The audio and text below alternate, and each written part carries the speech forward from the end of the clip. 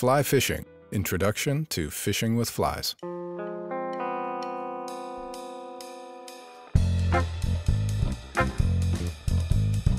Most people think that fly fishing is confined to floating an imitation of a certain insect over the water's surface.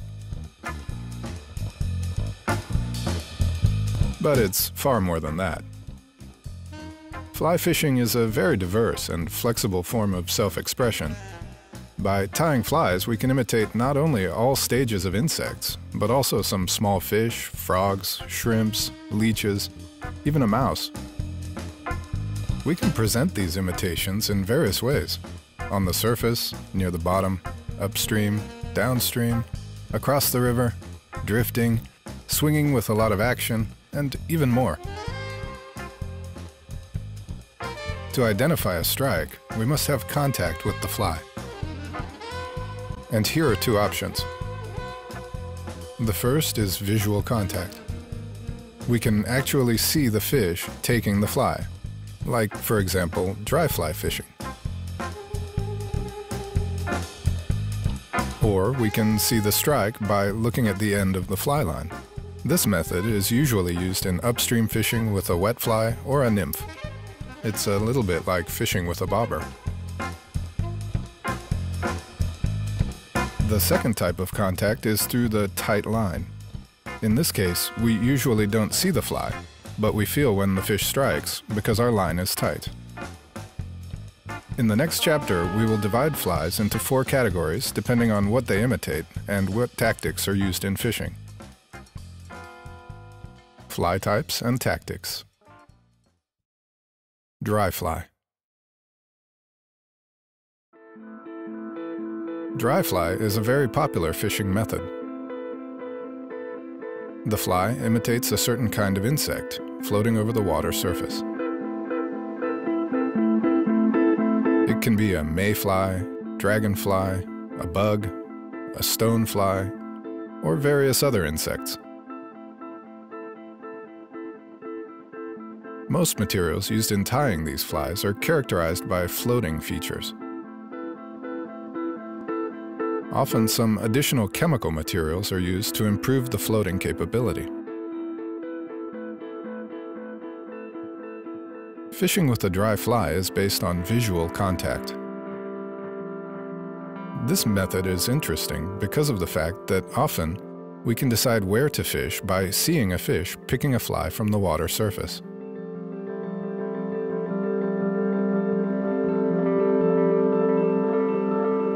The fish is often traced with the help of the circles visible on the water's surface. Our chances increase if the fish is feeding. All we need to do is not to spook the fish, pick the right fly, and make a good presentation.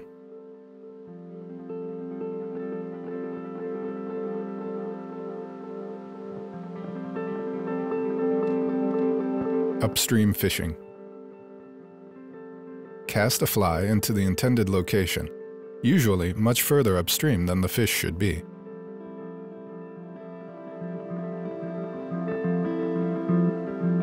The stream will float the fly in your direction.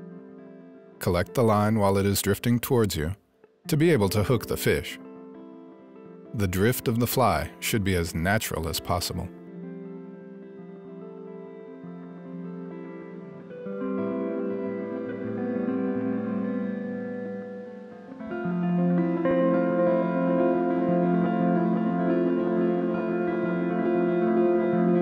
Downstream fishing.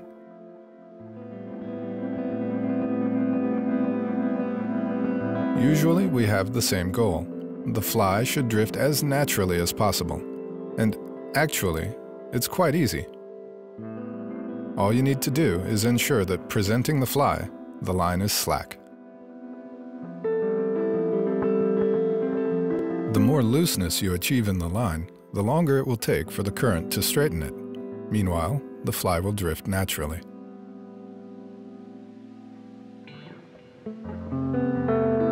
When the fly starts to skate and disturb the surface of the water, and the fly line becomes straight, it is time to make another cast.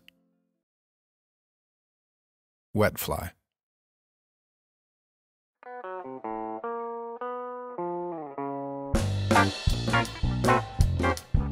It is a really simple and effective method. Here we are imitating an insect that is rising from the bottom to emerge, or one that fell into the water and drowned.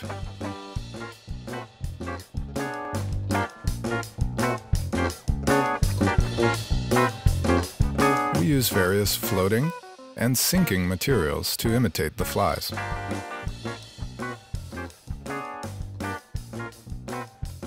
Our aim is to present a drowned fly. For this method, both visual and direct contacts are used, though the very fly is invisible.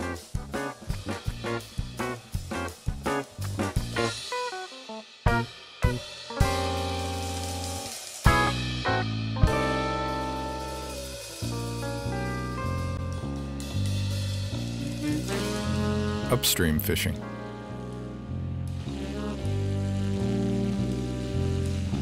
Cast a fly and let it drift with the current. You will not feel the take, as there will always be some slackness in the line. You have to watch the end of your fly line.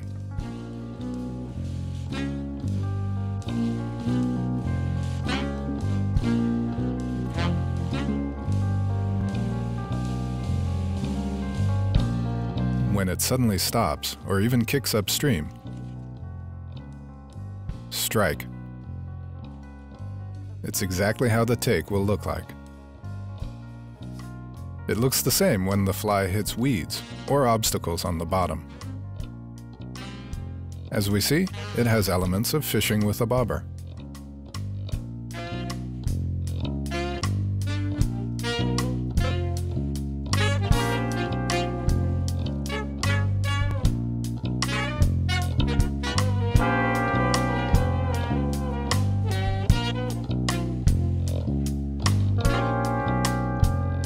Downstream fishing. Here the task is a bit different. The fly will not behave as naturally as before. Cast down across the stream at about 45 degrees to the current and hold the line tight. Soon the current will start to straighten it and drift it towards the bank. The fly will hold in the current and drift sideways instead of moving with the flow.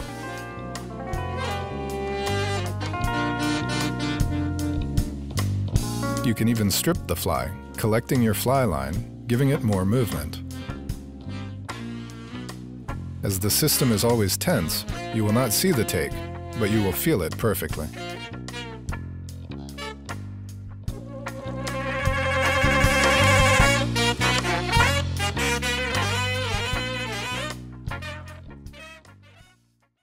Nymph.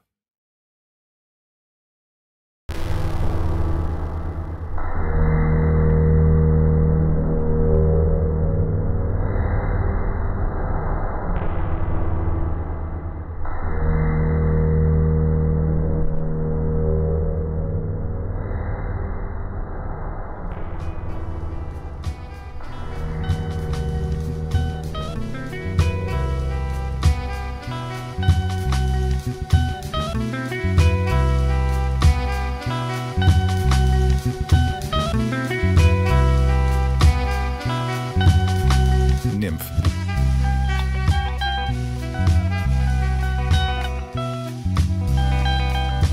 This is my favorite method for fishing for summer grayling in bigger rivers.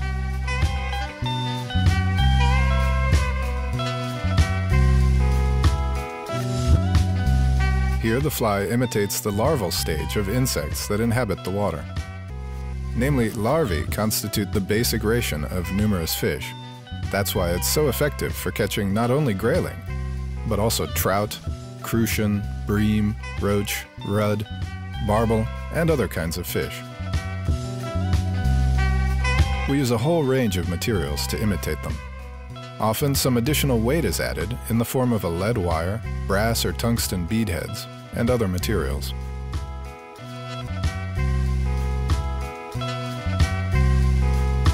Once again, the aim is to present a drowned fly. Once again, we will use both kinds of contact, visual and direct.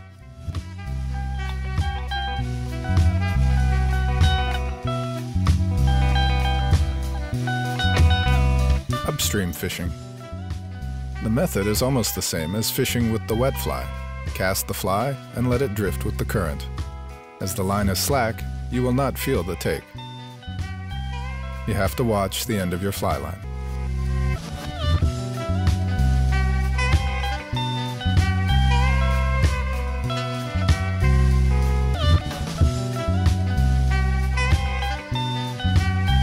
When it suddenly stops or kicks upstream, strike.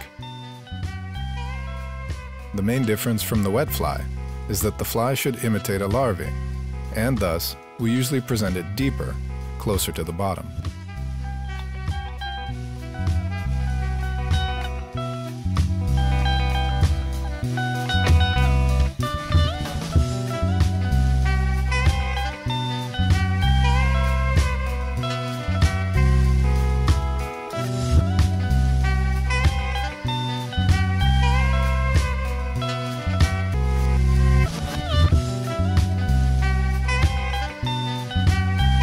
Downstream fishing.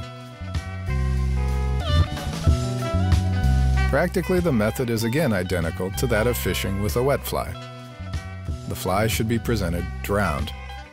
Cast down across the stream at about 45 degrees to the current. Hold the line tight. Soon the current will start to straighten your line and drift towards the bank. The fly will hold in the current and drift sideways instead of moving with the flow. You can even strip the nymph, collecting your fly line. Sometimes it's very effective, although it does not look natural. Your line is tight all the time, which means you will perfectly feel the take.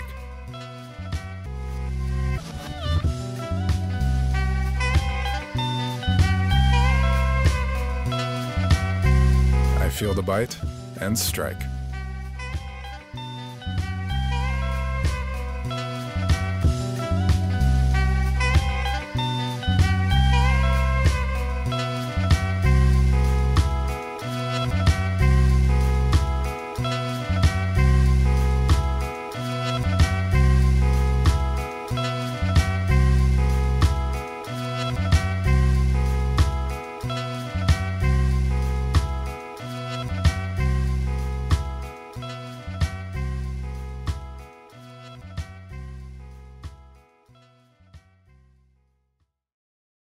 Streamer.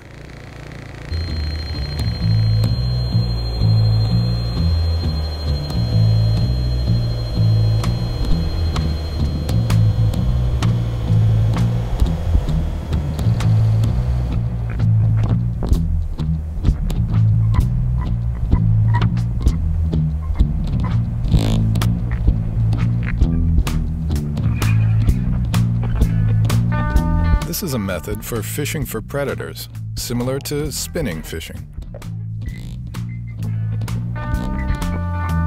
The flies imitate various small fish, frogs, leeches, dragonfly larvae, shrimps, or even mice. A wide range of materials are used to tie them: stiff and soft furs, feathers, shining synthetics, and others.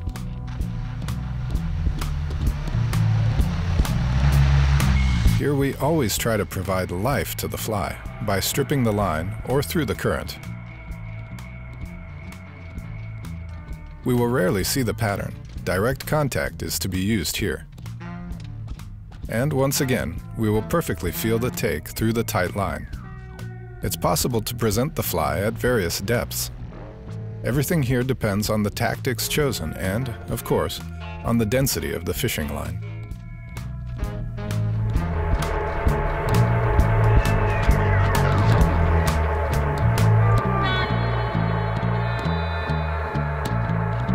When we've chosen the right line, we can fish at a depth of 2 or 3 meters, equally well as near the surface. It's a perfect method to hunt for trout, sea trout, pike, perch, asp, and other predators.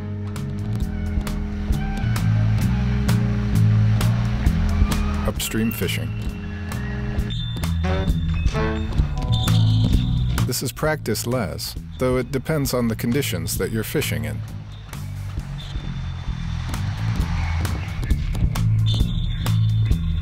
cast your pattern upstream and drag it at least a little bit faster than the current. You can strip, jump the fly by collecting the line to give additional life to it.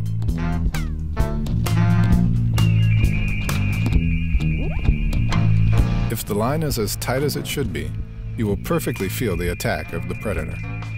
And don't forget, you should not cast your streamer in the exact place where the fish is located, but present it, not to spook the fish, and then swing it through the hot spot.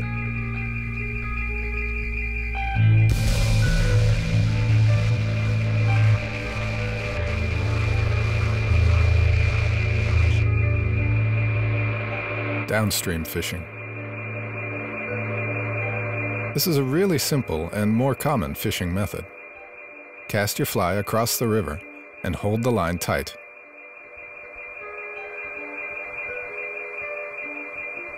The current will give motion to the streamer, which you can energize by stripping the fly line.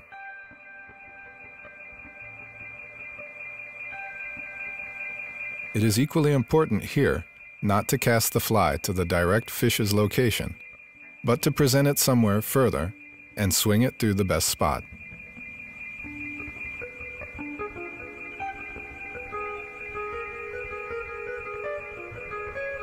We will not expand more on the still water theme. I'm sure that it's as simple as it looks. Cast the fly to the desired location, wait till it drowns to your chosen depth, and then drag it by collecting and stripping the line in various speeds. Casting.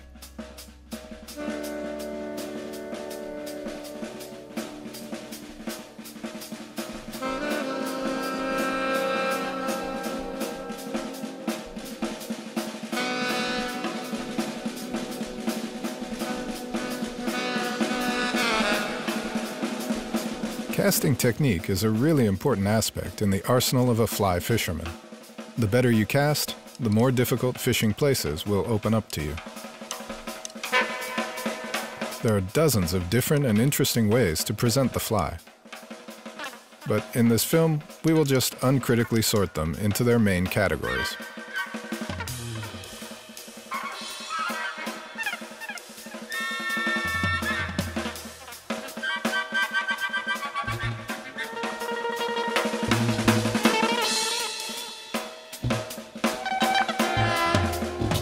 Overhead cast.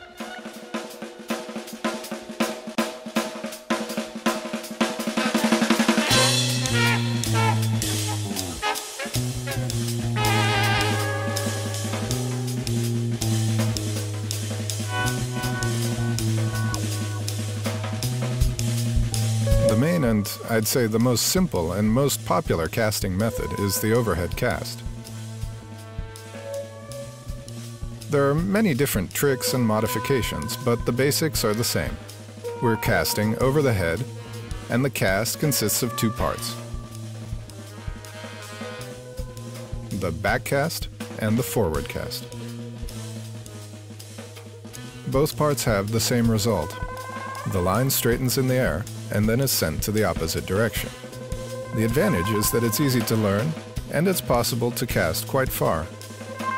However, the disadvantage is that we will always need quite a lot of room behind us, and sometimes it's a bit difficult to change direction.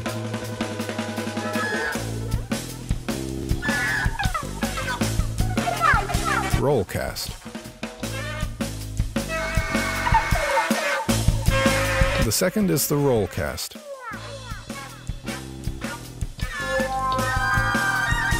The main advantage is that we do not need much room behind us. Just slowly lift the rod and the line from the water, take it backwards to the position ready to cast, and finally make a forward stroke ending with an abrupt stop. On the other hand, some serious disadvantages are present here as well. For example, a really limited distance and changing the direction.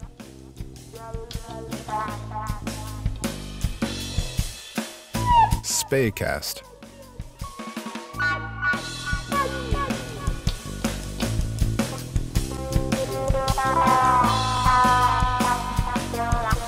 The third is the Spey cast. The name comes from the legendary Scottish river, as it originated there. It is like an intermediate option between the overhead and the roll cast. Here we perform the back cast, but at the same time, a lot less space is needed behind compared to the overhead cast. We can change the direction simply and effectively. A D-shaped loop formed from the fly line is our back cast result. The leader and sometimes the very end of the fly line is in touch with the water's surface. Namely, the part that is in touch with the water is called the anchor point. It helps us to load the rod properly while the fly line is not straight in the air, and to change the direction noticeably in just seconds. Spey casts can be sorted into two different groups: waterborne anchor casts and touch-and-go casts.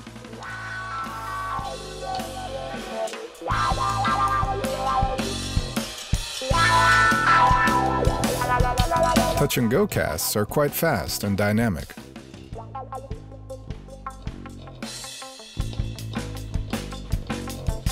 We easily lift the rod and the fly line from the water, make the back cast beneath the tip of the rod, the leader touches the water beside it, and that's it. As soon as we have an anchor, the forward cast is made. Waterborne anchor casts are slower. You have to be well prepared, and it's better to cast some sinking lines and heavy flies. This method also has some disadvantages. It makes a lot more noise than touch and go. It is performed in a simple way. We drop a fly line on the water, locating a leader next to the side. Then drag the line from the water to a backwards direction, forming a D-shaped loop, as in a back cast. The leader should stay in touch with the water as our anchor point. Next move is the forward cast. The Spey cast's forward cast is the same as in the overhead.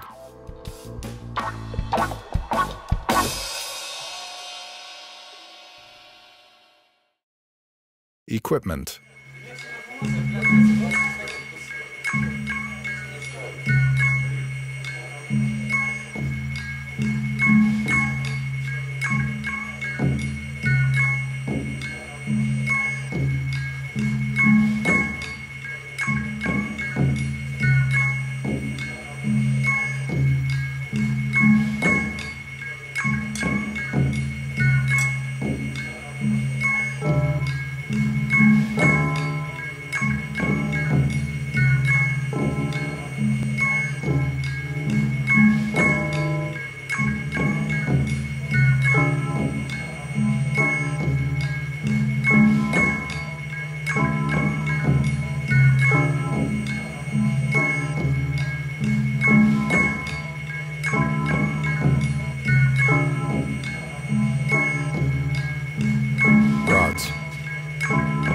Selection of equipment is not as difficult as it sometimes seems, especially now when there are quite a lot of quality things available for a reasonable price.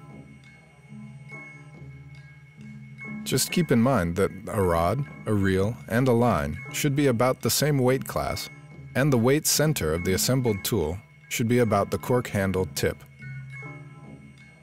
In this case, your hand will not get tired after a few hours of casting. The most versatile rod in our conditions is the middle action 5-weight 9-footer. Slow action rods require a lot more skills, especially when we need to cast a bit further. Fast action rods sometimes are hard to cast for beginners as well.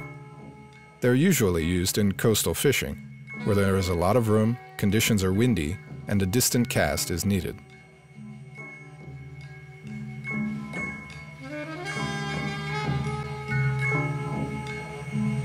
Reels.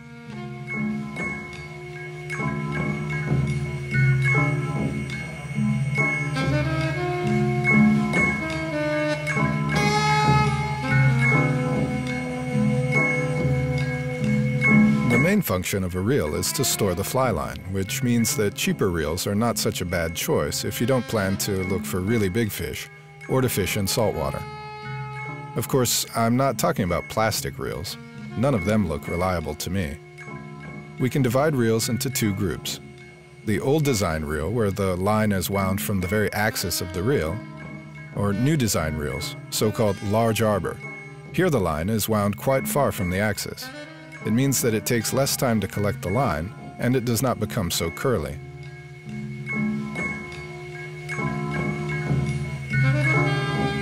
lines. The line is the most important thing. No great rod will perform perfectly with a bad line. My suggestion for beginners is a bright floating weight forward line with a short head, approximately 8.5 to 10 meters in length. Of course, make sure that it is of good quality, produced by a reliable manufacturer, and of the weight consistent to the rod.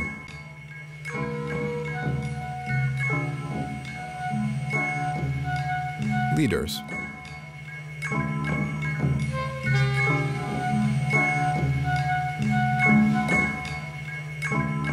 Finally, the leader should be mentioned. It is an important joint between the fly line and the fly.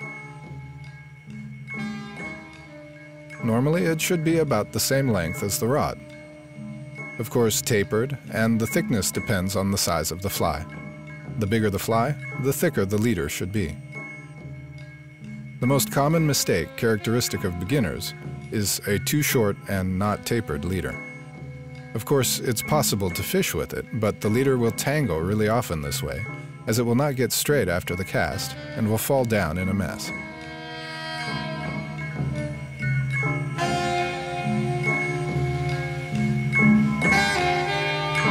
Outfit.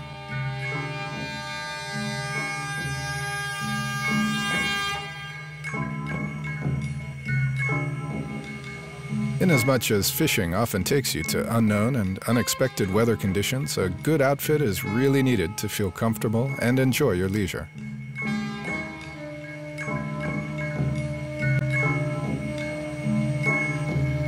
Of course, it's possible to fish with rubber waders and grandma's sweater, but these are incomparable to good, breathable clothes with all the layering beneath. Don't forget that it's not just the comfort that you get, but the health as well. Proper eyewear is also important. It not only helps to see where you're wading, but protects your eyes from flies.